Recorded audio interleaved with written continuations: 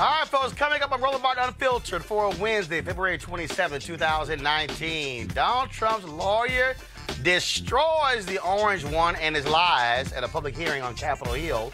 Trump's racism, a key subject throughout the hearing. Oh, wait until y'all see the video. All these members of Congress just jamming them up. And y'all know what's up. Why the Republicans can't handle these new sisters who are in Congress? Wait till we show y'all the video. NAACP President Derek Johnson is here to talk about how the NAACP has a new way to support them on Wall Street. We'll tell you about this initiative. Also, a black woman will be the next mayor of Chicago. It will be the second time in history an African American is elected mayor of Chicago. We'll tell you about yesterday's vote in the Windy City. Also, we'll talk with the mother of Columbus, Ohio activist Amber Evans. It has been a month, folks, since she has been missing.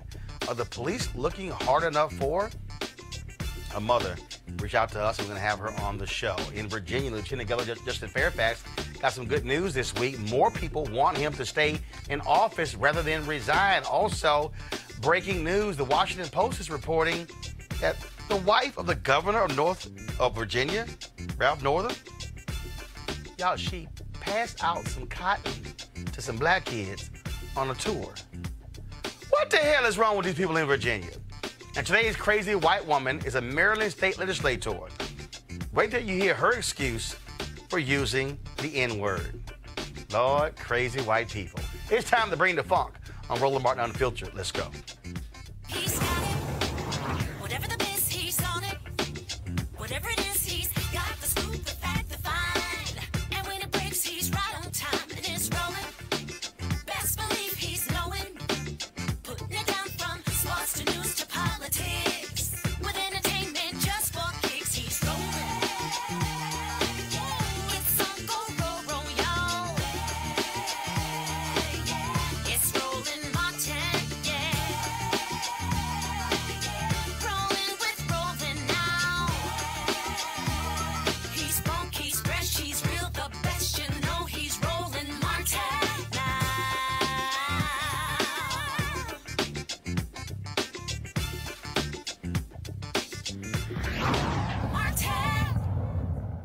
I am ashamed because I know what Mr. Trump is. He is a racist, he is a con man, and he is a cheat. Oh, man, riveting testimony all day today on Capitol Hill in D.C. as Michael Cohen, the longtime lawyer and fixer for Donald Trump, testified publicly. Here's what's crazy.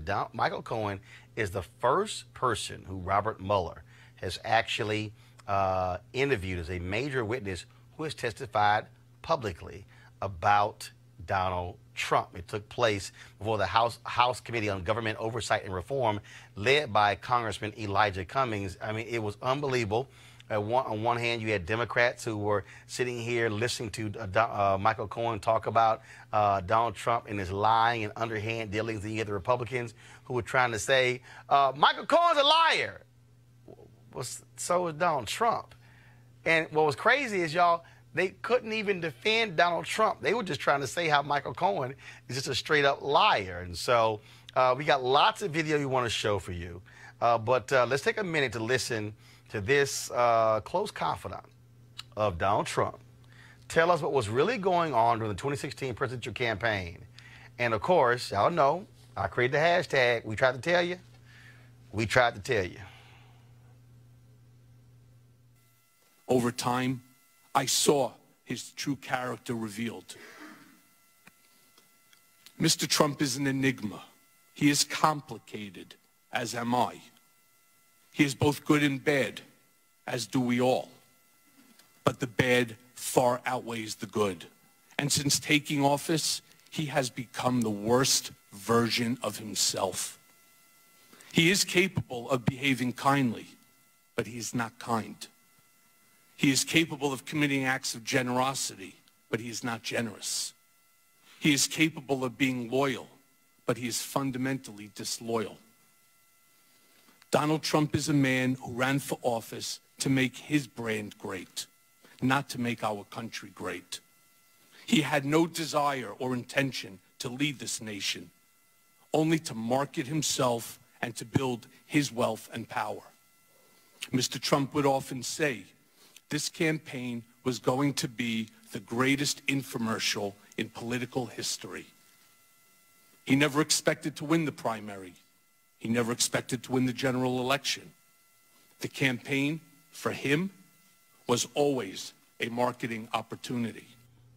And then, of course, we had to hear Michael Cohen talk about Trump being a bigot. Mr. Trump is a racist. The country has seen Mr. Trump court white supremacists and bigots. You have heard him call poorer countries shitholes. In private, he is even worse. He once asked me if I could name a country run by a black person that wasn't a shithole. This was when Barack Obama was president of the United States. And while we were once driving through a struggling neighborhood in Chicago, he commented that only black people could live that way. And he told me that black people would never vote for him because they were too stupid. And yet, I continued to work for him. Okay, then that was all kind of craziness happening in this hearing. But early on, one of the craziest things was seeing Congressman Mark Meadows of North Carolina try to prove Donald Trump wasn't a racist by bringing out a black prop. Press play. Do you know Lynn Patton? I'm right here. Oh, yes, sir. Do you know Lynn Patton? Yes, I do. I asked Lynn to come today in her personal capacity to actually shed some light. How long have you known Miss Patton? I'm responsible for Lynn Patton joining the Trump Organization and the job that she currently holds. Well, I'm glad you acknowledged that, because you made some very demeaning comments about the president that Miss Patton doesn't agree with. In fact, it has to do with your claim of racism. She says that as a daughter of a man born in Birmingham, Alabama, that there is no way that she would work for an individual who was racist. How do you reconcile the two of those, Mr. As neither should I, as the son of a Holocaust survivor. But, Mr. Cohen, I guess what I'm saying is I've talked to the president over 300 times. I've not heard one time a racist comment out of his mouth in private. So how do you reconcile it? Do you have proof of those conversations? I would ask you to Do you have tape recordings of those conversations? No, sir. Well, you've taped everybody else. Why wouldn't you have a tape? That's also not true, sir. That's not true. You haven't taped anybody? I have taped individuals. How many times have you taped individuals? Maybe 100 times over 10 years. Is that a low estimate? Because I've heard it's over 200 times. No, I don't think. I think it's approximately about 100 from what I recall. But I would ask so you, why would you ask me a question, sir. Do you have so proof? Do you have proof? Yes or no? I do. Oh, where's the proof? Ask Ms. Patton how many people who are black are executives at the Trump Organization, and the answer is zero. Mr. Cohen, we can go through this. Here, I would ask unanimous consent that her entire statement be put in the record. Well, Congresswoman Britta Lawrence of Michigan, she was like, that's some bullshit. I just want to put on the record, as being a black American and having endured the public comments of racism from the sitting president, as being a black person, I can only imagine what's being said in private. And to prop up one member of our entire race of black people and say that that nullifies that is totally insulting. And in this environment of expecting a president to be inclusive and to look at his administration speaks volume. Now, Delegate Stacey Plaskett of the U.S. Virgin Islands, let's just say she had no issues letting Republicans know black folks not trying to hear this. Thank you, Mr. Chairman. I've got a lot to do as well. I've got houses and schools to help rebuild in the Virgin Islands, expansion of voting rights, educational opportunities, criminal justice reform. Thank God the Democratic majority can walk and chew gum at the same time. So we're here with you right now. Mr. Cohen, you learned well in the 10 years that you worked with Donald Trump. What was your position with the GOP in the up to 8 months ago? I was vice chair of the RNC Finance Committee. You were vice chair of the finance of the Republican National Committee, right? Correct. Okay. I do want to say I was a Democrat until Steve Wynn found out I was a Democrat and made me switch parties. That would be a Said it smart wasn't thing right to for do. a Democrat to be the vice chair. Good. Let's get to it. I don't only have a little bit of time. On behalf of the many members here who have expressed to your family our apologies to your family, but I want to apologize for the inappropriate comments and tweets that have been made by other members of this body. And as a former prosecutor and as former counsel on House ethics, I think that at the very least there should be a referral to the Ethics Committee of witness intimidation or tampering under USC 1512 of my colleague Matt Gaetz, and it may be possibly him being referred for a criminal prosecution. So I want to put that on the Matt, your ass in trouble.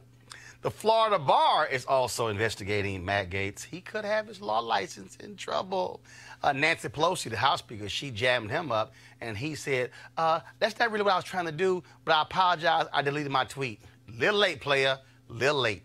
Now, a new member of Congress, Ayanna Pressley, Massachusetts, she also had a couple things to ask.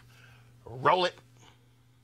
Would you agree that someone could deny rental units to African Americans, lead the birther movement, refer to the diaspora as shithole countries, and refer to white supremacists as fine people, have a black friend, and still be racist? Yes. I agree. While my colleagues are trying to discredit your testimony by some of your own unlawful acts and lies, that they are disconnected with the fact that you were the personal lawyer for this president of the United States, that this president chose you as his legal counsel. My stance has always been the same, Mr. Chairman, based on the facts, not on future reports that we're all waiting on. My residents back home don't need a collusion clause with a foreign government to know this president, individual one, has disregarded the law of the land, the United States Constitution. Okay, I need y'all to get ready, because you're about to see a crying white man. Press play. Misused his pardon powers. Do you think the President of the United States is making decisions in the best interest of the American people? No, I don't. Especially those you said that he used horrible words about, like African Americans, Muslim Americans, and immigrants? Yes. Just to make a note, Mr. Chairman, just because someone has a person of color, a black person working for them, does not mean they aren't racist. And it is insensitive that some would even say it's the fact that someone would actually use a prop, a black woman, in this chamber, in this committee, is alone racist in itself. Donald Trump is setting Mr. a precedent. Chairman, I ask that her words Donald be Trump taken is setting down. a precedent. I reclaim my time. Mr. Donald Chairman. Trump is setting a precedent. Mr. Chairman. Oh, my God. Let it roll. Can be Mr. Chairman, the rules legal are clear. activity. Cover up and hold on to business assets to break campaign finance laws and constitutional clauses. What we have here, Mr. Chairman, is criminal conduct in the pursuit of the highest public office by Mr. Cohen and individual one. I hope that the gravity of this situation hits everyone in this body and in Congress and across this country. Thank you, Mr. Chairman. I yield the rest of my time. Mr. Chairman, I ask that her words, when she's referring to an individual member of this body, be taken down and stricken from the record. I'm sure she didn't intend to do this, but if anyone knows my record as it relates, it should be you, Mr. Chairman. Chairman, I would like to... You, my black friend. Press play. Hold on. I want the words read back. No. We want to know exactly what she Excuse said me. about a colleague. Excuse me. Would you like to rephrase that statement, Ms. Tlaib? Thank you, Mr. Chairman. I can actually read it from here. Just to make a note, Mr. Chairman, that just because someone has a person of color, a black person working for them, does not mean they are racist. And it is insensitive that someone would even say racist, say it is racist in itself, and to use a black woman as a prop to prove it otherwise. And I can submit this for the record. If a colleague is thinking that that's what I'm saying, I'm just saying that's what I believe to have happened. And if, as a person of color in this committee, that's how I felt at that moment, and I wanted to express that. But I am not calling the gentleman, Mr. Meadows, a racist for doing so. I'm saying that in its... Well, I think his ass racist. I think he like racist. Press play. It is a racist act. Well, I hope not, Mr. Chairman, because I need to be clear on this particular... Mr. Chairman... Mr. Meadows, wait a minute. I've defended you with false accusations. Mr. Meadows, I'm the chair. I'm the HNIC. Back. Where you are. Thank you. Right. I will clear this up. Now, Ms. Talib, I want to make sure I understand. You were not intending to call Mr. Meadows a racist, is that right? No, Mr. Chairman, I do not call Mr. Meadows a racist. No, I am trying, as a person of color, Mr. Chairman, just to express myself and how I felt at that moment. And so, just for the record, that's what was my intention. All right. All right. Mr. Meadows. Mr. Chairman, there's nothing more personal to me than my relationship. My nieces and nephews are people of color. Not many people know that. You know that, Mr. Chairman. And to indicate that I asked someone who is a personal friend of the Trump family, who has worked for him, who knows this particular individual, that she's coming in to be a prop, it's racist to suggest that I asked her to come in here for that reason. Mr. President, the president's own person, she's a family member. She loves this family. She came in because she felt like the President of the United States was getting falsely accused. And Mr. Chairman, you and I have a personal relationship that's not based on color. And y'all press play. And to even go down this direction is wrong, Mr. Chairman. First of all, I want to thank the gentleman for what you have stated. If there's anyone who is sensitive with regard to race, it's me. Son of former sharecroppers that were basically slaves. So I get it. I listened very carefully to Ms. Talib, and I think, and I'm not going to put words in her mouth, but I think she said that she was not calling you a racist. And I thought that we could clarify that. Because you, Mr. Meadows, you know, and of all the people on this committee, I've said it and got in trouble for it, that you're one of my best friends. I know that shocks a lot of people. Now what's this, the Green Book? This the Green Book now? This driving Mr. Meadows? Let's go to my panel. DeShondra Jefferson, principal, the Raven Group, Joe Madison, host Sirius XM Radio, Tiffany Lofton, civil and labor union organizer. I am the national director of the Youth and College Division. Damn it, I'm not done. Oh, okay. Just checking. Can you calm your ass down? How you want me to calm down? Why don't you go ahead and say, since you already just gave your damn title, Camera number one. like I couldn't give it. Go ahead. Hi, I'm Tiffany Dina Lofton. I'm the national director for the Youth and College Division and longtime friend of Mr. Roland Martin, who's one of my mentors. Camera. All right. I was talking to you, Joe. Oh, my God. I really get a kick out of offending white people. I need a tissue. Especially when they got nieces and nephews who are people of color. You know, Malcolm X once said... Is that where you're going to start? Yeah, that's where I'm going to start. Let me start now. I love it. Okay, Malcolm X. And because folks need to understand history. They do. You know, first of all, Malcolm X once said, whenever a white person hears something that they don't want or don't like, first thing they do is go out and find some Negro to come in and counter what has been said. Got a cosign. Yeah, right. And so that's exactly what he he did, I really felt sorry for the young lady who allowed herself to be used. You mean Lynn Patton? Lynn Patton as a prop. And you kind of look at her, and it was like she did kind of talk over to somebody, like, how do I get out of here? Right, like, can I sit down? Am I done? Can I sit down? Can I sit down? Can I sit down now? Well, first of all, Joe, I've never seen that. I have never seen a member of Congress bring somebody a human prop on the rostrum. A human prop. I mean, I've seen them point out in the audience, yes. but I've never seen that, Deshaun. I've never seen that. No. Yeah, let's just call it. I mean, first of all, let's just understand what this was. It's the same as saying I have black friends. Black folk have worked for white folk who they've known have races and have attitudes. Look, black folks work for slave owners. I mean, this is not new.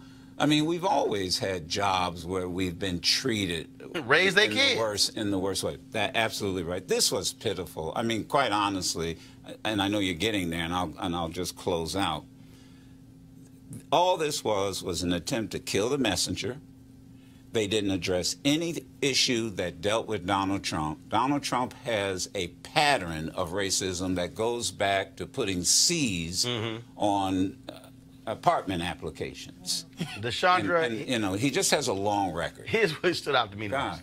They're trying to take out a dude by saying you a liar, but he was the one defending a liar. Exactly. And not one time could they sit there and actually defend Donald Trump, because they know they can't defend a liar. Well, no, they can defend him, and that was the entire point of his line of questioning, is to deflect from himself and to deflect from the liar president that we have up there. And honestly, I was offended. All of us were offended by Lynn Patton being trotted up, held up as a prop. But the thing is, honestly, Roland, I don't think she was offended or embarrassed. Oh, she's not. She's not. Oh, no. Lynn Patton is cool with it. She's been, that's her thing as, hey, look, remember, Lynn Patton was a party planner. Yes. Who all of a sudden now is a high-ranking executive in HUD. And then it was a trip.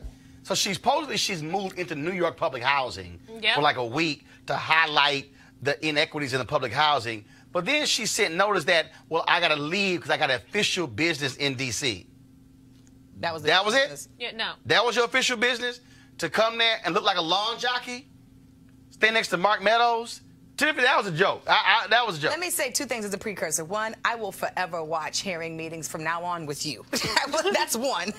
One. Two, I think that it is a shameful day in American politics and history and in democracy, really, when we have to sit here and watch white people and black people in Congress debate whether or not one of them is racist, and then point the finger at Cohen and say that he's a racist, and then point the finger at Donald Trump and say he's a racist. I heard a lot of the testimony today during a meeting I was in.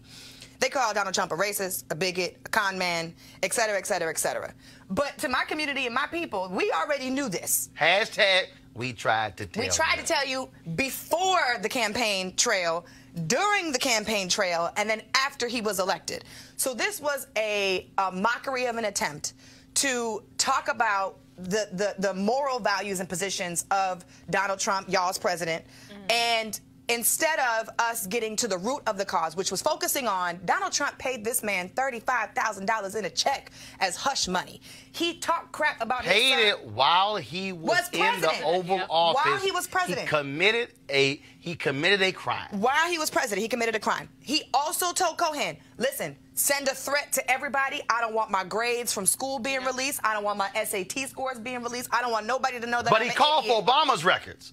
I'm just saying. And birth certificate, and the list goes on. That's what bullies do. That's what bullies do. That's also what bigots do. That's also what con men do. That's also what racist people do. But the thing here is, and this is what was truly laughable to me, and when Representative Plaskett said, yeah, we can walk and chew gum at the same time. That was funny. That was hilarious. And the fact that they refuse to deal with the reality that you have an undeniable liar who is in the Oval Office, who has committed crimes, who said, oh, no, I turned over my business to my sons. But here you got the man's lawyer saying, no, he's still writing Trump Organization checks in the White House. He laid out a series of things by saying, I can't get into that because it's actually under investigation. And the Republicans know they cannot defend it. And so we do know Michael Cohen lied, but he's also, I thought, was hilarious. I've covered trials. I've watched trials. How many times have y'all seen a mobster testify against another mobster? And you can say, you a killer. Yes, I am.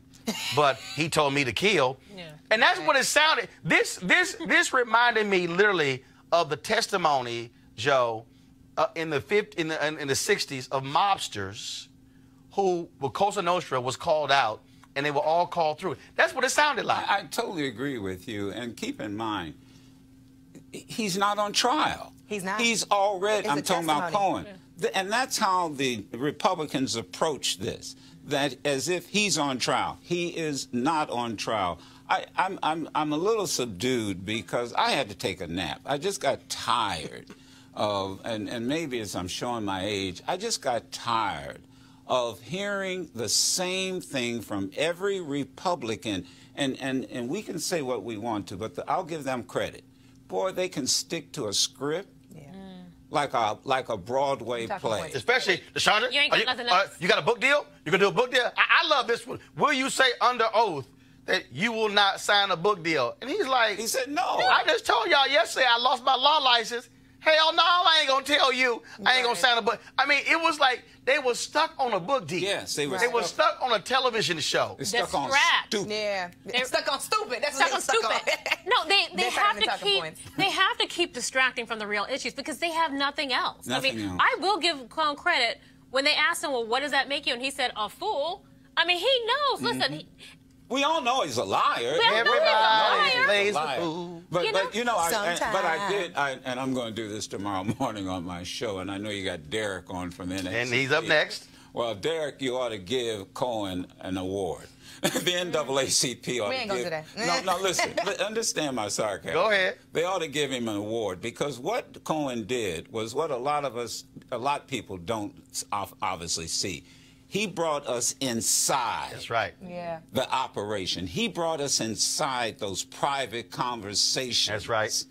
That you don't have. That you don't have a tape. Mm-hmm. Why would Cohen have a tape when he's probably used the N-word 100 times himself and wouldn't have a problem admitting?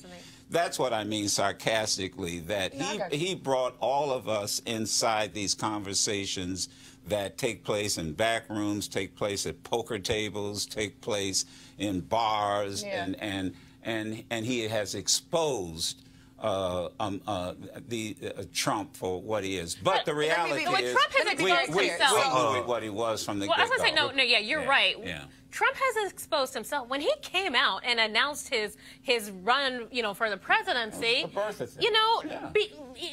that was the birther thing, but when he's calling, Mexican immigrants, criminals, racists, drug dealers, we've seen this language from him, and I'm tired of people pretending like none of this existed. Remember the judge in Indiana. I want to be very, very clear that this is super important because this man, Donald Trump, plans on running for re-election. And if we're going to talk about not just his personality, which we all know is out of this world and effed up, but his actual crimes that he has committed while he is president that we need to take seriously, which my auntie Maxine Waters has been saying he needs to be impeached for a very long time, that the way this testimony plays out and what we don't hear, because yesterday there was a private testimony that we didn't get a chance to see, and tomorrow we're not going to see the testimony that Michael Cohen's going to do again, that all of this is, even though it's not a trial, should be taken seriously in consideration, not only with trying the president for the crimes that he's done, but re-electing somebody, not re-electing somebody who does not deserve to be in office in the first place. Congressman Elijah Cummings, he closed the hearing out with a powerful speech. I want to go ahead and play some of that before we go to our next story. So, folks, let me know when y'all got that queued up. And so this was the end of the hearing. It took place all day, of course. They had a couple of breaks. Members of Congress had to go vote. And so this was Congressman Elijah Cummings closing the hearing down. We're better than this. We are so much, we really are. As a country, we are so much better than this. And, I told you, and for some reason, Mr. Cohen, I tell my children, I say when bad things happen to you, do not ask the question, why did it happen to me? Ask the question, why did it happen for me? I don't know why this is happening for you, but it is my hope that a small part of it is for our country to be better. If I hear you correctly, it sounds like you're crying out for a new normal, for us getting back to normal. It sounds to me like you want to make sure that our democracy stays intact.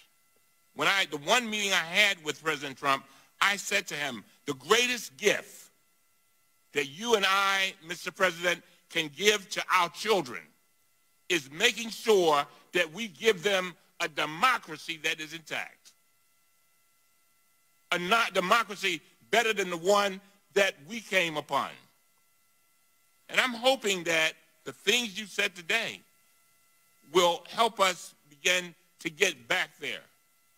You know, I mean, come on now. I mean, when you got, according to the Washington Post, our president has made at least 8,718 false or misleading statements. That's stunning. That's not what we teach our children. I don't teach mine that. And for whatever reason, sounds like you got caught up in it. You got caught up in it. You got caught up in it. And some kind of way, I hope that you will, I know that it's painful going to prison. I know it's got to be painful being called a rat.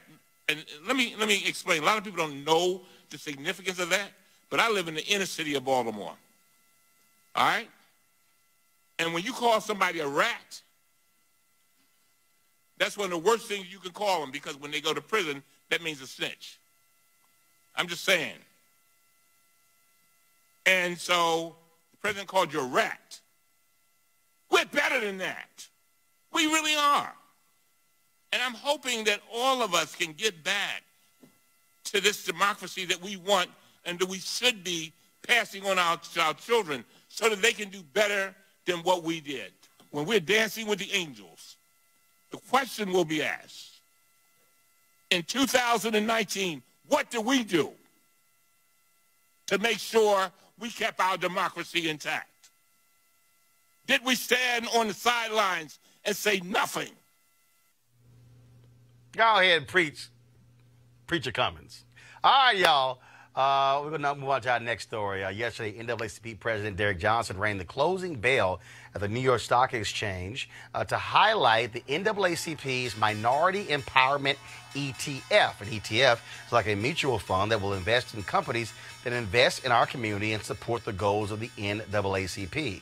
This is a way to support social justice and maybe make some money at the same time. It's the first time in the 110-year history that the NAACP has participated in the opening or closing of the New York Stock Exchange. Joining us right now is Derek Johnson to talk about this ETF. Derek, glad to have you. Where did this originate from to create this ETF, and how long have y'all been working on this?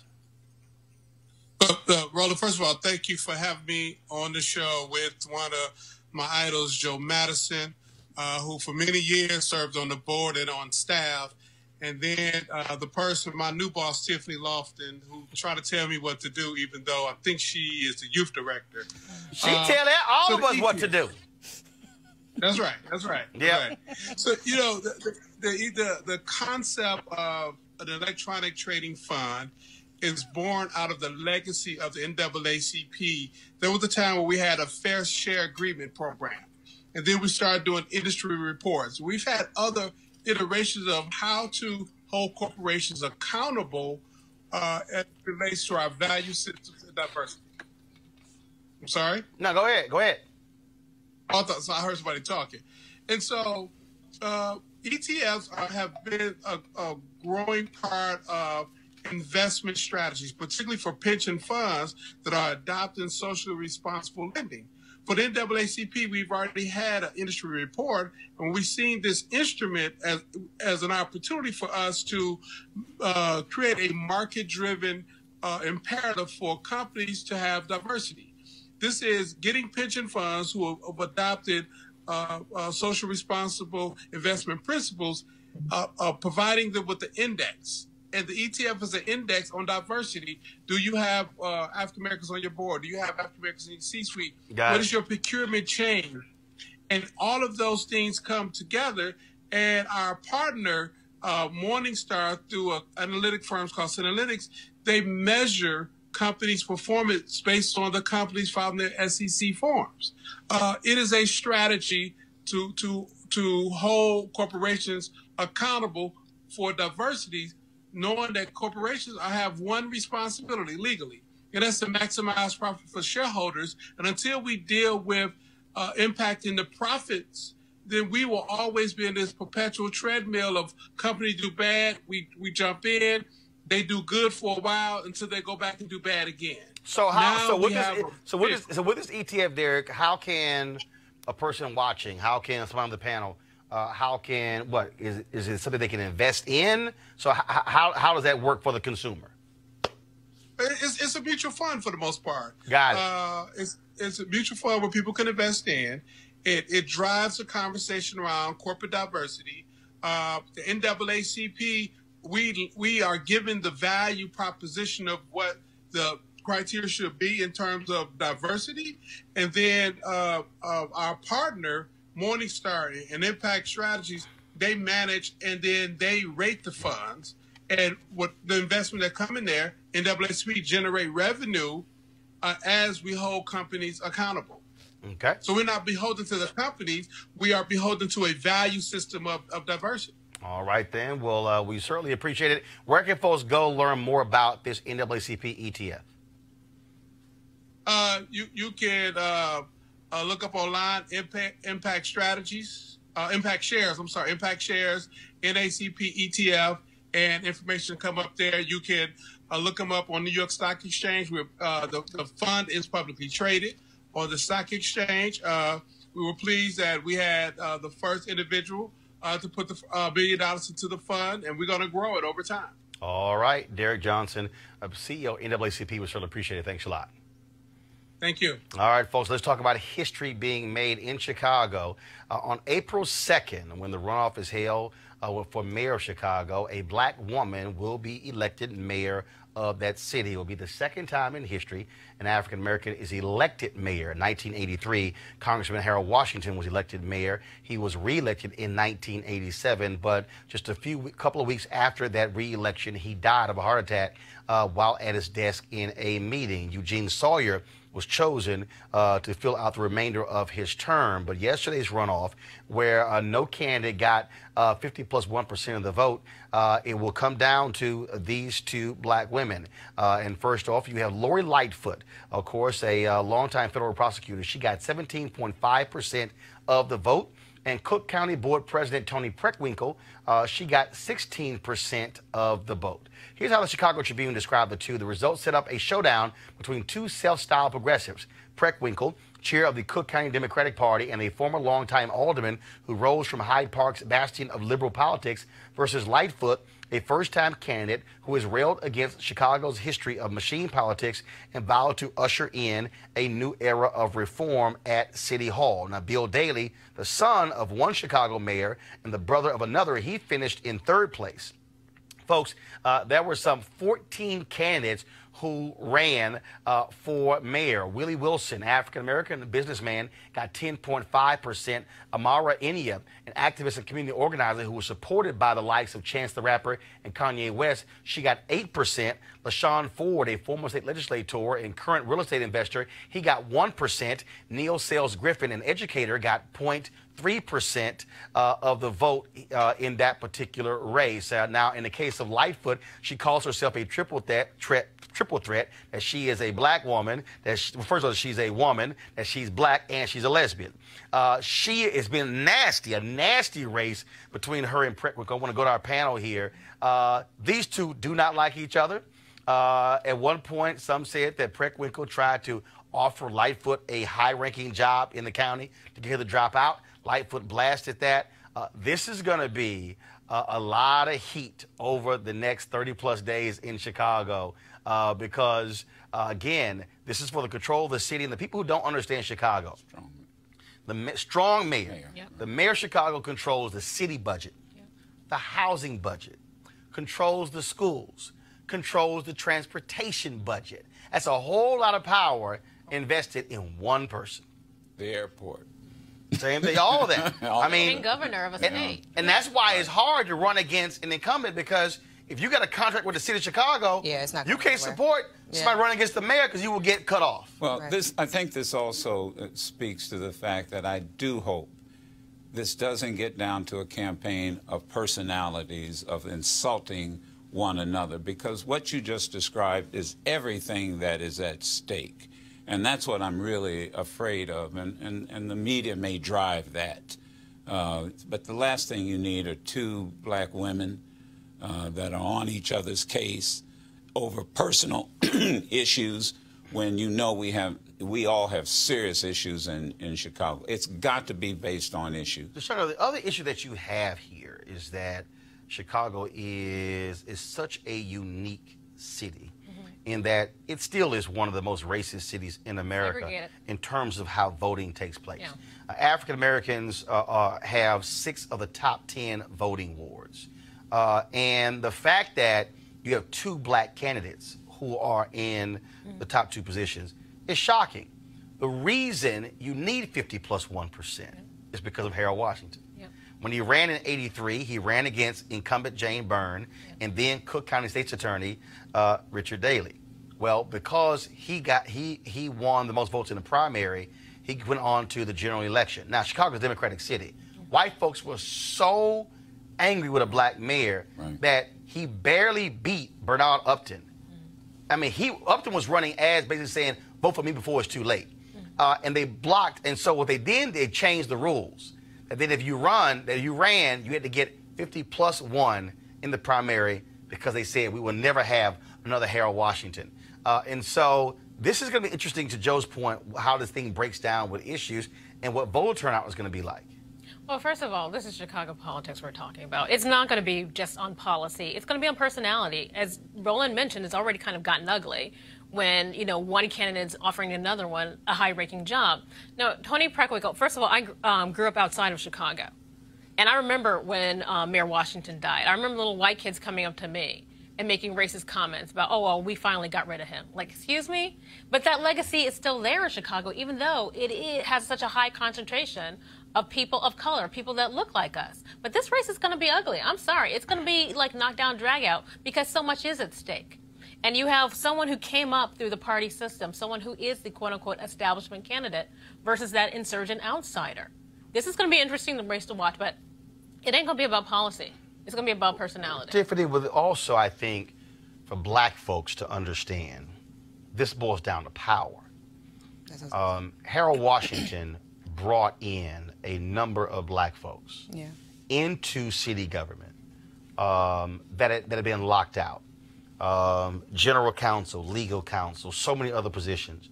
And the white folks in Chicago, the aldermen, they did everything to block him. Ed Burke, who also was indicted, who won yesterday, he was one of those leaders. And when I say they tried, I mean, many people in Chicago still believe that the pressure that Harold Washington was under for 4 years caused his death because of how white folks on that alderman, how they treated him. And so for African Americans, now you're talking about not being in the position. Because look, I spent 6 years there, and all black folks would say is when Harold was mayor, and I kept saying, damn it, y'all, he dead. Right. And how do you have that many black people who are in the city and they're not voting? So now have an opportunity for an African American to be back as the mayor of Chicago is a huge deal. It's going to be a power thing, too. Yeah, it's a power thing, it's an access thing, but what you said, Roland, was key. We have when this runoff happens in April, the folks in Chicago are determining their future. They're going to be going to the polls to determine which direction do we want our schools to go in, what direction do we want our communities to go in, what direction do we want our infrastructure to go in. And in a race like this for mayor, and you have all the other races that are happening across the country, it's going to be really important to determine where the power lies, who's going to be in charge, and who's setting the agenda and priorities for that community. They must take it seriously. I'm not from Chicago. I'm from L.A. But I think it's really important that the constituencies, the members, the city, and the community of Chicago actually do take in priority what the issues are going to be, what the policies are going to be, and what the track record has been, not Joe personality. Preckwinkle raised $4 million. Lightfoot raised a little over $700,000, but she ran an insurgent campaign as a federal prosecutor and a crusader. Do you believe that with Lightfoot saying, I'm an outsider and I'm running against the ultimate insider? I don't think it's going to work in Chicago. I go back to, I was living in Detroit at the time. Cohen Young had the same issue. I lived in Detroit when Cohen Young was mayor. Same issue, and you're absolutely right. When these African-American mayors came into power, the one thing they did was to, and I always use this word, integrate. And integration is not the mixing of colors. It's the sharing of power, resources, and responsibility, because what is segregated is power. Right. And what the mayor, what Mayor Harold Washington did was he integrated, as you know, Roland, and others that live there, he integrated the power.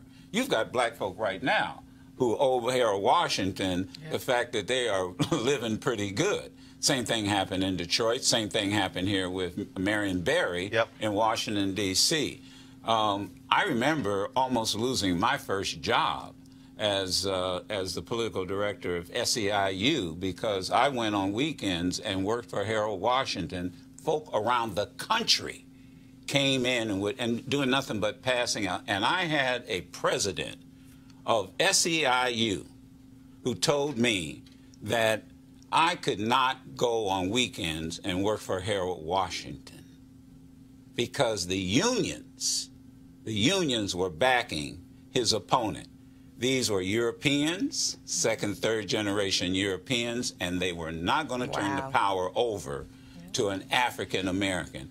And I told him, well, look, I'm a black man. He said, well, no, you're labor.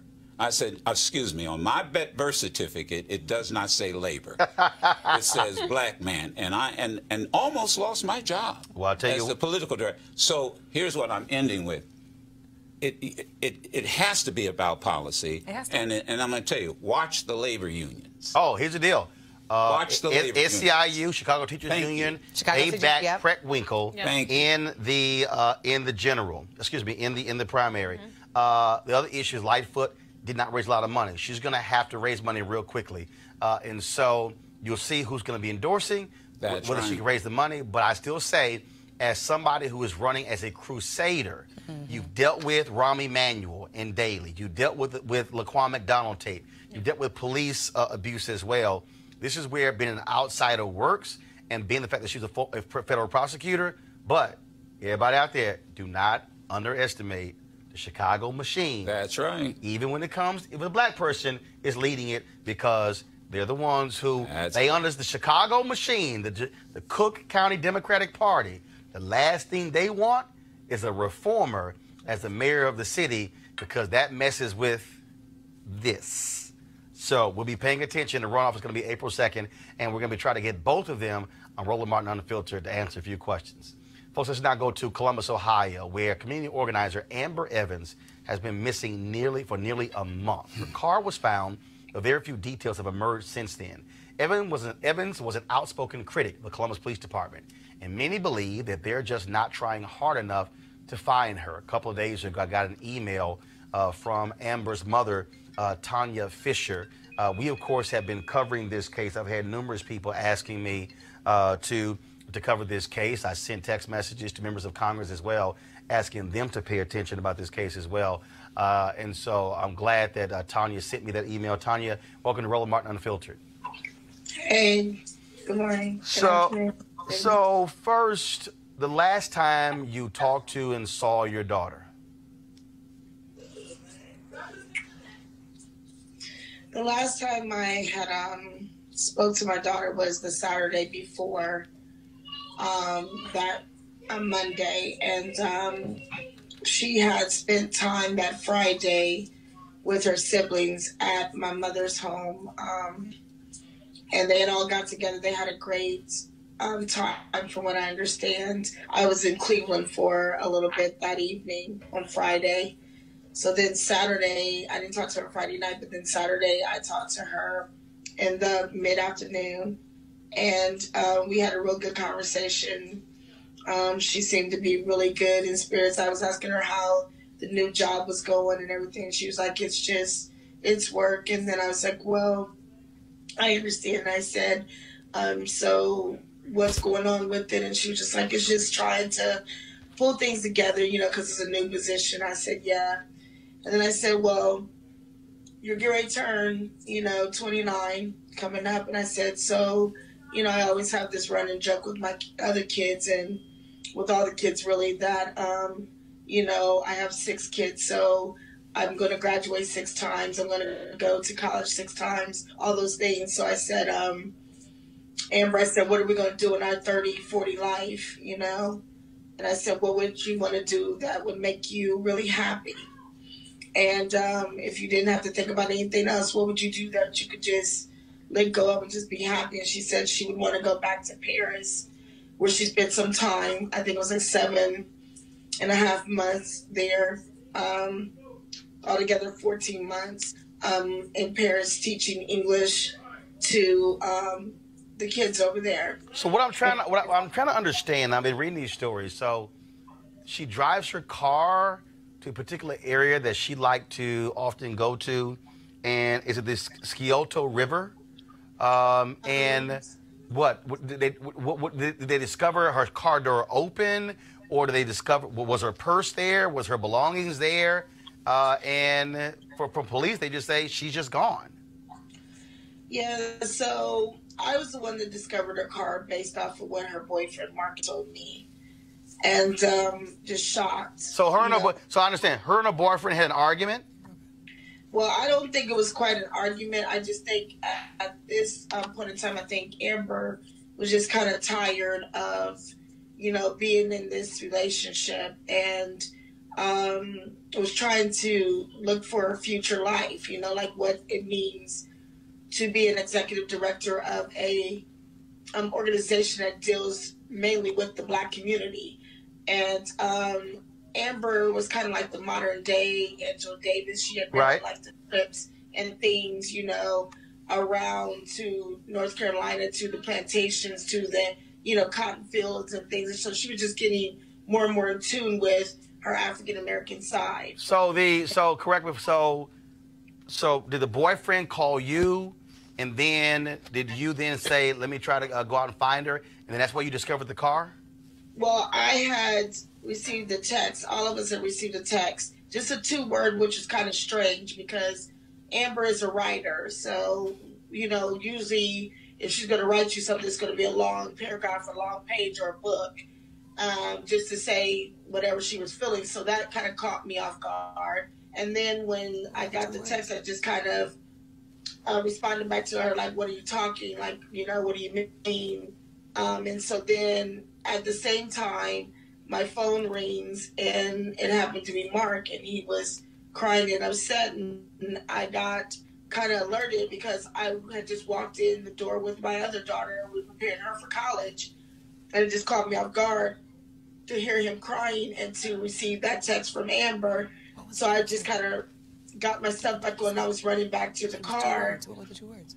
And so at this point, he told me where she was. And so that... And according to the story, she sent a text that said, I love you and I'm sorry. Right. Exactly. So that was that text on came Monday night. It came in at 8:07 p.m. Yeah. And do you believe that the Columbus Police Department is doing all they can? I'm reading one story. They're saying that the conditions of the Scioto River have been too difficult for them to actually search for her body. Well, we had ordered for a meeting with them because after you know, almost going into 3 weeks of just total nightmare, just worry, just crying, just not knowing anything, not hearing anything. I had never talked to the lead detective before, and he didn't interview me or anything. And so at that point, I was just a little bit furious and frustrated. Mm-hmm. So I had, that's when I guess everybody had reached out on the behalf of me, you know, hearing my stories, hearing my frustration. And I guess that's when Congresswoman Betty got involved. And at that point, they allowed us to have a meeting with them. And so in this meeting, I brought 7 of my top family, you know, members and friends. And we began to question them pretty heavily about things. And it still wasn't making a lot of sense because we've seen numerous times on television, on the news at 11 o'clock, you know, Fox News at 10 o'clock, all these different genres, MSNBC, news channels that, you know, when people are missing of the opposite race, they run in, they're diving in. Yeah, well, and look, we've covered those. Look, that's the reality is that when it's white, they're right, and they cover those stories. That was one of the reasons why we wanted to keep this focus as well. You're a former mental health worker, and this is the last question for you. You're adamant that your daughter did not commit suicide. I'm very adamant of that because it just is not adding up. And for everybody to just, well, not just everybody, but the boyfriend to be so final. And then for him to be executing things with even her landlord, like for him to bail out of the apartment that they're staying in, to run home to his parents, to the things that are set up the way that they are, things just don't make sense. And it's just the truth. It just doesn't add up and make sense. We need some answers to a timeline. And we need those answers now. And I'm the one that's giving the police the avenues of what they need to know as far as, you know, things that I'm finding and discovering. I'm passing that on. Gotcha. And now I'm the one that's talking directly to the sergeant of the Columbus Police Department. I'm no longer dealing with the lead detective. So at this point, we just need answers, and they're promising, you know, now we're just lighting the fire. Right. You know, which is sad because it's 5 weeks and we've lost so much ground. So it just seems like we're just now lighting the fire. But to let them know and for the world to know that we are not going to stop. This is my job now. Right. And I'm not going to stop as a mother. I mean, if you know anything about, you know, the cord that ties a mother to their child, I'm that mother. I don't stop. I won't, you know, quit. It won't. There's nothing that is going to make this any different. So they better get ready because it isn't going to end. Well, Tanya, we certainly appreciate you reaching out to me, sending me that email. That's why we wanted to have you on. Folks, if you have any information regarding Amber Evans, the Columbus Police Department's Missing Persons Unit is 614-645-4280, 614-645-4280. Tanya, we're going to be hoping for the best, and we're going to keep the attention on this story as well, because one of the reasons we created this show is because we understand the mainstream media doesn't cover our stories, and so hopefully somebody who's watching this right now on YouTube or Facebook or Periscope got any information. Hopefully we can have some good news about the whereabouts of your daughter, Amber Evans. We appreciate you joining us. Yes, thank you, Roland. Thank you, Jackie. All right. Tanya Fisher, thanks a bunch, the mother of Amber Evans. Folks, we're going to go to a break. We'll be back on Roland Martin Unfiltered in just a moment.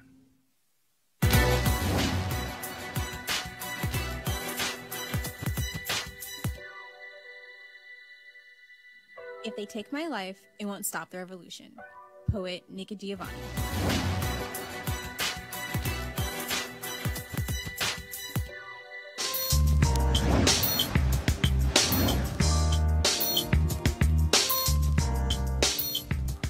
All right, folks, HBCU Giving Day. Our university is Lane College, associated with the Christian Methodist Episcopal Church, located in Jackson, Tennessee, founded in 1882. Notable graduates include Donald L. Hallowell, Dave Clark, and Jacoby Jones.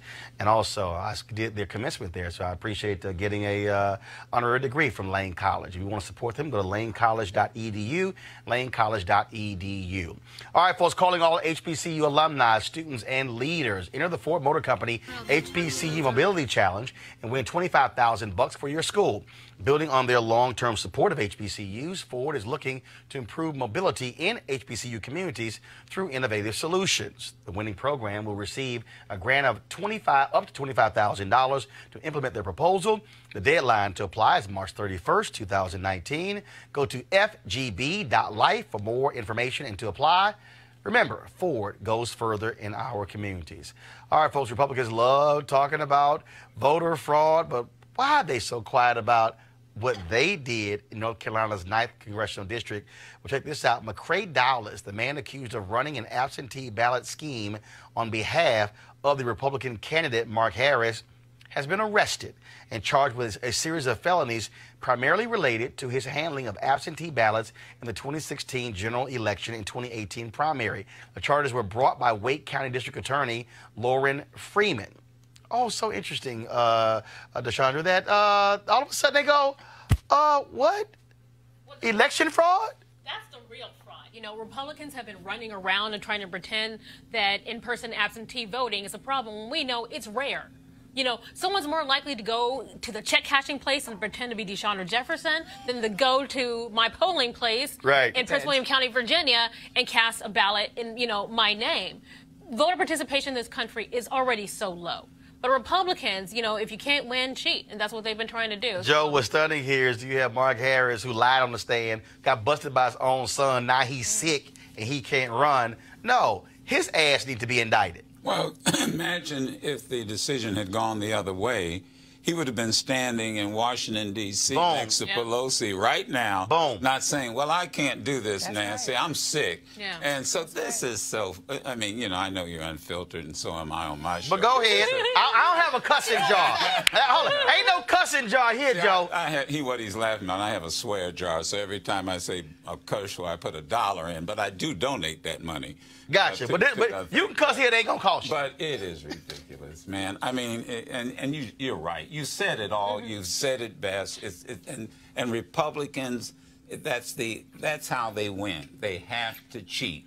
In these, especially in these districts where, you know, it's borderline. Voter ID go ahead. I was going to say real quickly, voter ID is a new literacy tax. Okay, that's a new program. I was going to say, not only do they have to cheat, they have to lie about the cheating. So they're trying to convince and tell folks, hey, there's some make-up stories of people cheating so that they can create new policies and laws to continue to disenfranchise people of color from actually accessing the polls and getting to the polls in the first place. This last election, there were hella problems with absentee voting, and now they're continuing to push those policies back. All right, folks, let's talk about Virginia. Lieutenant Governor Justin Fairfax got some good news. Some polling's out this week. For the first time in 3 weeks since allegations of sexual misconduct surfaced, more Virginians want him to remain in office than resign. According to a Roland College poll yesterday, 40% say Fairfax should remain, 31% say he should resign, 29% had no opinion. You still have Republicans there, Tiffany, who want there to be hearings to impeach him. He keeps saying, hey, I want a law enforcement investigation. I'm still baffled that the Suffolk County District Attorney in Boston has said, if Professor Vanessa Tyson files a complaint, I will investigate. Her lawyers announced she's going to meet with the DA. That was been almost a couple of weeks now, but they haven't said they're going to actually file. I'm still just trying to understand how you're open to speaking at an impeachment hearing, but you won't file a criminal complaint with the DA, who has the authority to investigate. Right, which then has the authority to investigate and then make a decision and go to trial about it. So it's really, really fishy. I'm not trying to, I don't really understand why that's happening, and we won't find out until later, I'm sure. But the polls speak power to what's going on and what they want to see. Deshandra, we'll go to you. Again, this is the issue I have. Look, I believe if a woman says I was sexually assaulted, I want a full investigation. A DA is saying I am ready to investigate, but you got to file a complaint. And she's not doing it. It hasn't happened. No. And you know what? Now I live in Virginia, okay? Now let me pull out the Virginia ties. I'm a member of the DPVA Central Committee. What is that? Central Committee, we're like the voting members. What is that? Oh, Democratic Party of Virginia. Go ahead. There you go. I got to say this. My kid and I, we were out campaigning for Northam. We were out campaigning for Harris. We were out campaigning for Justin Fairfax. Okay, so we were out there. This for me is personal. These are people that I've gone out there for, that I've campaigned for, that I want to see in office. And I take a lot of black folks, we take this personally because we're feeling that we're being attacked. Let's talk about Northam. If you want to have a real conversation, let's keep the focus on that, him being in blackface, and then the next day denying he was even in that photo. Joe. Well, I tread lightly with this only because in my household, the women and the young girls are watching this very carefully, and they're watching their dad and their grandfather. I'm like you. I think whenever an accusation is made, you better take it seriously. But I am also on your side that if this is real, and you've got a prosecutor in Massachusetts that says there is no statute of limitation, and that's the main concern, then you really should want to get to the bottom of it. You really should want an investigation. And because what the Republicans are trying to do here, really, they're not that concerned about these two African-American women. No, they want to cut their head off the entire Democratic leadership. That's exactly right. But I got to stay with Virginia. Go to my iPad. This is from the Washington Post. Virginia First Lady under fire for handing cotton to African-American students on mansion tour. The lead says a Virginia state employee has complained that her 8th grade daughter was upset during a tour of the historic governor's residence when First Lady Pam Northam handed raw cotton to her and another African-American child and asked them to imagine being enslaved and having to pick the crop. White people don't get to try to train black people on how to be enslaved or to think about the history during Black History Month. What is going on? Amanda Seales in her stand-up comedy said the caucasity. And when I saw this, I said, the caucasity of this woman to pass cotton to children, shout out to the 8th graders who actually stood up and said something about this in the first place, it is baffling to me, and white people are wrong. You are not allowed to do blackface. You can't pass cotton to kids. You can't say that you aren't a racist when you are a racist, and you can't parade and use black women as props. This whole month has been crazy. Deshandra, Northam's office and one other parent of a child who was present said the First Lady did not single out the African-American students and simply handed out the cotton to a group. Look at your face. You don't even believe this, Roland. You don't even believe this is right, Roland. Wait. Her husband, again, I want to go back to the black. Her husband was in blackface or a Klan. There's a photo of him in a yearbook, and they turn around the next day. Either blackface or in the Klan robe. Remember, we don't know which one yet. He's in the picture. He's in the picture. He's not in the picture. Whatever, the changing story. They are not sensitive to the black community, which helped them get elected in the first place. No, I don't think that they're not sensitive. I don't think that they respect the black community. I really don't think that they care. Joe. I don't think they're sensitive. I think they're disrespectful. That's Joe, it. isn't a good idea? White folks, don't even hand me a cotton swab. I had somebody on my show say they don't even like to touch the cotton in an aspirin bottle. Ain't that sad? I mean, but look, let's just be understand. It's ignorance. If you're gonna talk about cotton, talk about the invention of the cotton gin, how it changed the entire country, not just in Virginia, the South, but the reality. It was transcontinental. It in fact took banks made money off of it. Right. Teach the young people the history. Teach them the young history. Teach young people the history of King Cotton and how even King Cotton was part of the West, the March West with Native Americans that they stripped their land. I want someone to teach the Northams about white fragility. Hey, screw! I almost got $1 in this way. Go ahead, Joe. No, screw the Northams. You guys keep worrying about them. Screw them. The reality is teach these kids their history. The Northams are stupid. Can I go one step further? Let me go one step further. There are stupid people in power. Facts. They are. You got a president and racist people in power. Go ahead. I would say, yes, the education piece, but past all of that, I just need white people to apologize and offer reparations.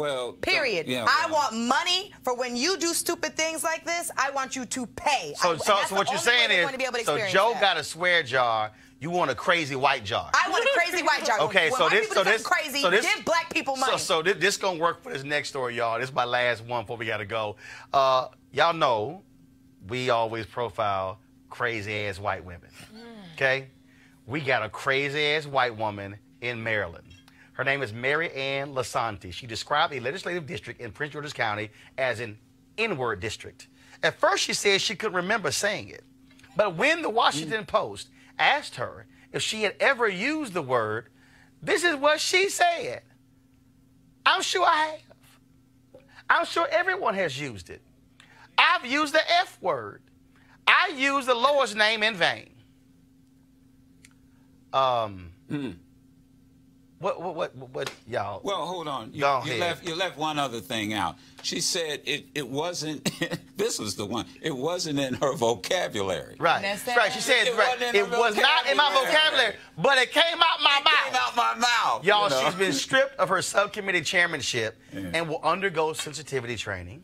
She's apologized, but today key Maryland elected officials, including the Black Legislative Caucus, Governor Larry Hogan, a Republican, and Prince George's County Executive Angela Alsbrook, a Democrat, have called on her to resign. And also the Maryland State Conference of the NAACP has also called for her to resign. We need the ultimate black clapback.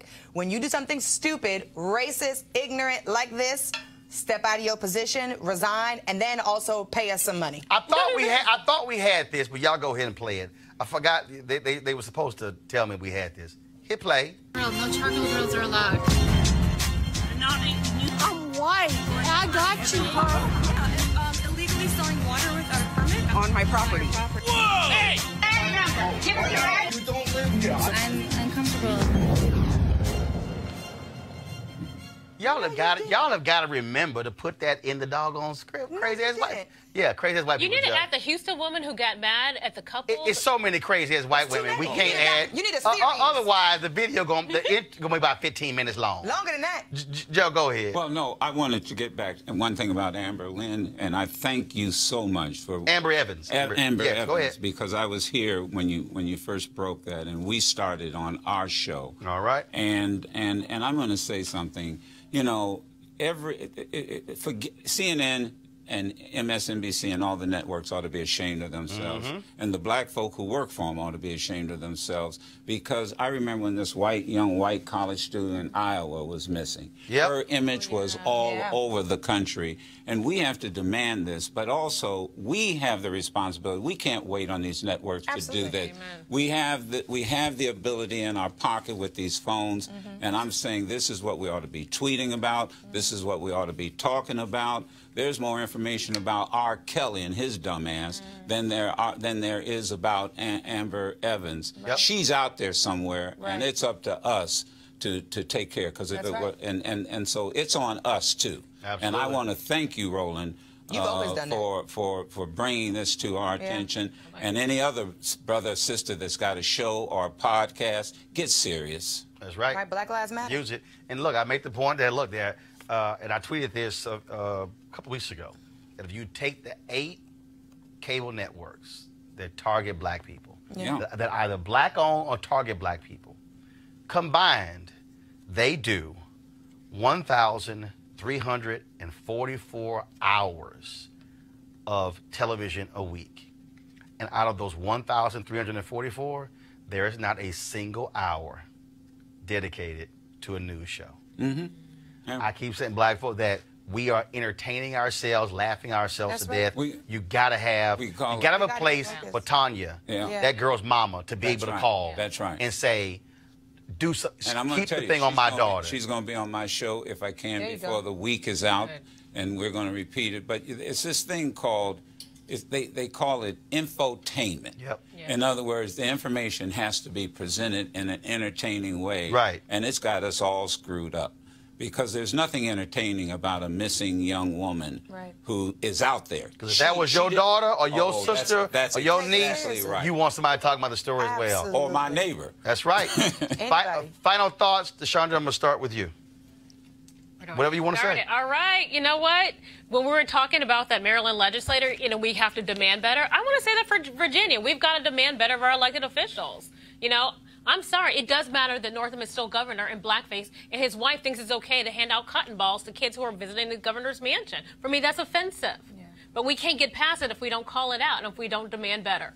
Joe? Well, I do want to give Elijah Cummings credit. He ran one hell of a committee meeting. Now, and he's been waiting 6, 8 years to be in that position. And what I love more than anything else is when he turned to his fellow congressman, Jim Jordan, and not the Jim Jordan, the other one, Mark Meadows, and said, "I'm the chairman. Yeah. This is I have the power." I want folks to pay attention to that. Mm-hmm. I give Elijah Cummings credit. He ran a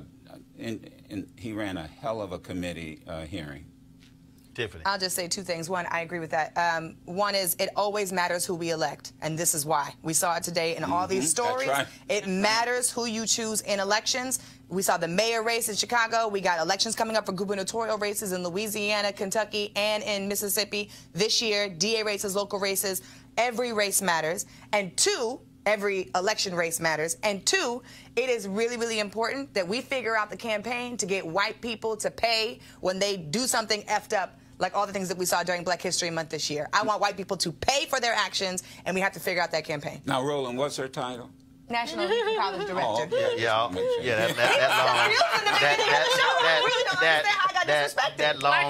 That long two-sided business card. Put some respect on my name. Because it takes about 20 minutes to go through all your titles. All right, y'all, so here's my final comments. You heard me talk about what we have here. Here's the reality. I just want y'all to understand. I know there's a whole bunch of other people out there, you know, and they pull up their laptop and they talk on YouTube. But here's the reality. This is the only news show that's a digital show targeting black people. And you got to understand this, and I'm going to just keep saying it. We got to fund our freedom. That black mama, CNN has not called her. That's right. MSNBC has not called Tanya. Fox News has not called her. ABC, CBS, NBC. So when are we going to put our money where our mouth is and support shows that matter? Now, I'm going to just be honest with y'all. When TV One ended my show, there were people, they still hit me up. Man, we would love for you to go back to CNN, love for you to go back to MSNBC, but let me help y'all out. If I had a show on one of those networks and that sister emailed me, I would have to ask somebody else, can we put her on the show? And somebody else would say, we think that there are other stories that are more important. Y'all, I'm a grown-ass man. I'm 50. I run 3 black newspapers, a black website, news editor for a black magazine. I'm not interested in asking somebody white, can I? I'm just being straight up. I'm not. I'm not interested in basically asking pretty much white men who run media, can I please go report on black people? I'm just not. And so it's a personal sacrifice saying we're going to launch this show and do all the stuff that we're doing. But I tell you what, I put this show up against anything else out there where all they doing is talking about Trump and his latest damn tweet all day. The reality is we need your support to actually make this happen. Because I'll be honest, if you don't support it, this show goes away. I appreciate Ford Cares being one of our partners. I appreciate Dherbs. I appreciate Bishop T.D. Jakes and his Pastors and Leadership Conference. But the reality is your dollars also make this thing go. And so I want you to go to RolandMartinUnfiltered.com. You can do a monthly give, a yearly give. You know, our goal is to get 20,000 of our fans to give an average of $50 each. Joe has already given his $100 to make this thing happen. This is about us controlling our own destiny. So I want you to go to RolandMartinUnfiltered.com. Right now, I'm looking. It's 1,148 of you watching on YouTube as we speak. If I go over here to Periscope, and see, I'm gonna go ahead and call y'all out. If all the folks on YouTube watching gave, you literally will double the number of people who've actually given thus far. If I go to Periscope right now, there are more than about 100 folks who are watching on Periscope. We had about 600 earlier on Facebook. The point I'm making is this here. I'm tired of asking somebody else to tell our story. We must control our narrative. And so go to RolandMartinUnfiltered.com. Tomorrow on the show, folks, we're going to talk about the amount of money, $23 billion more, that has gone to white schools versus black schools. It's not like we didn't know that. We'll talk about the impact and what that has on our children. So we'll see you guys tomorrow right here on Roland Martin Unfiltered. Holla!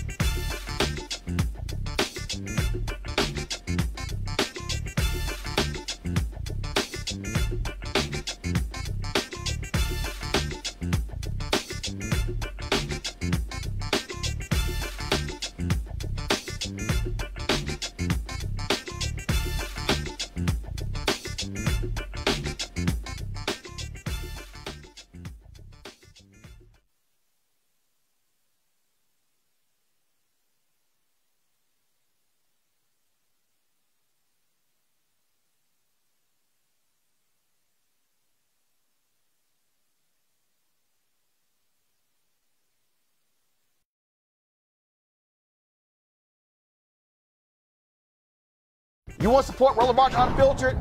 Be sure to join our Bring the Funk fan club. Every dollar that you give to us supports our daily digital show. There's only one daily digital show out here that keeps it black and keep it real as Roland Martin Unfiltered. Support the Roland Martin Unfiltered daily digital show by going to RolandMartinUnfiltered.com. Our goal is to get 20,000 of our fans contributing $50 each for the whole year. You can make this possible. RolandMartinUnfiltered.com.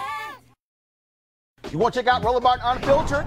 YouTube.com/Roland S. Martin. And subscribe to our YouTube channel. There's only one daily digital show out here that keeps it black and keep it real. It's Roland Martin Unfiltered. See that name right there?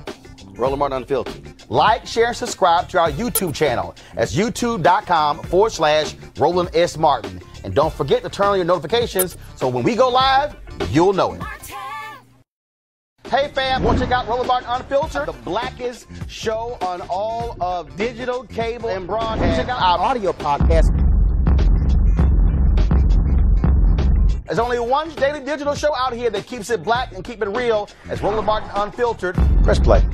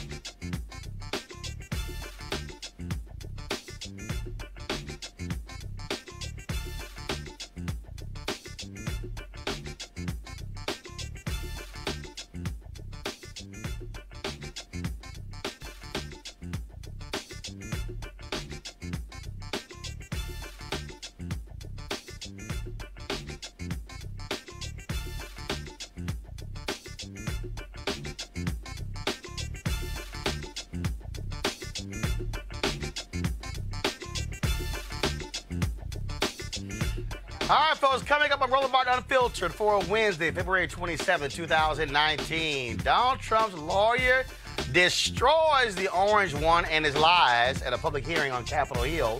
Trump's racism, a key subject throughout the hearing. Oh, wait till y'all see the video. All these members of Congress just jamming them up. And y'all know what's up. Why the Republicans can't handle these new sisters who are in Congress? Wait till we show y'all the video. NAACP President Derek Johnson is here to talk about how the NAACP has a new way to support them on Wall Street. We'll tell you about this initiative. Also, a black woman will be the next mayor of Chicago. Will be the second time in history an African American is elected mayor of Chicago. We'll tell you about yesterday's vote in the Windy City. Also, we'll talk with the mother of Columbus, Ohio activist Amber Evans. It has been a month, folks, since she has been missing. Are the police looking hard enough for her? A mother reached out to us. We're going to have her on the show. In Virginia, Lieutenant Governor Justin Fairfax got some good news this week. More people want him to stay in office rather than resign. Also, breaking news, the Washington Post is reporting that the wife of the governor of Virginia, Ralph Northam, y'all, she passed out some cotton to some black kids on a tour. What the hell is wrong with these people in Virginia? And today's crazy white woman is a Maryland state legislator. Wait till you hear her excuse for using the N-word. Lord, crazy white people. It's time to bring the funk on Roland Martin Unfiltered. Let's go.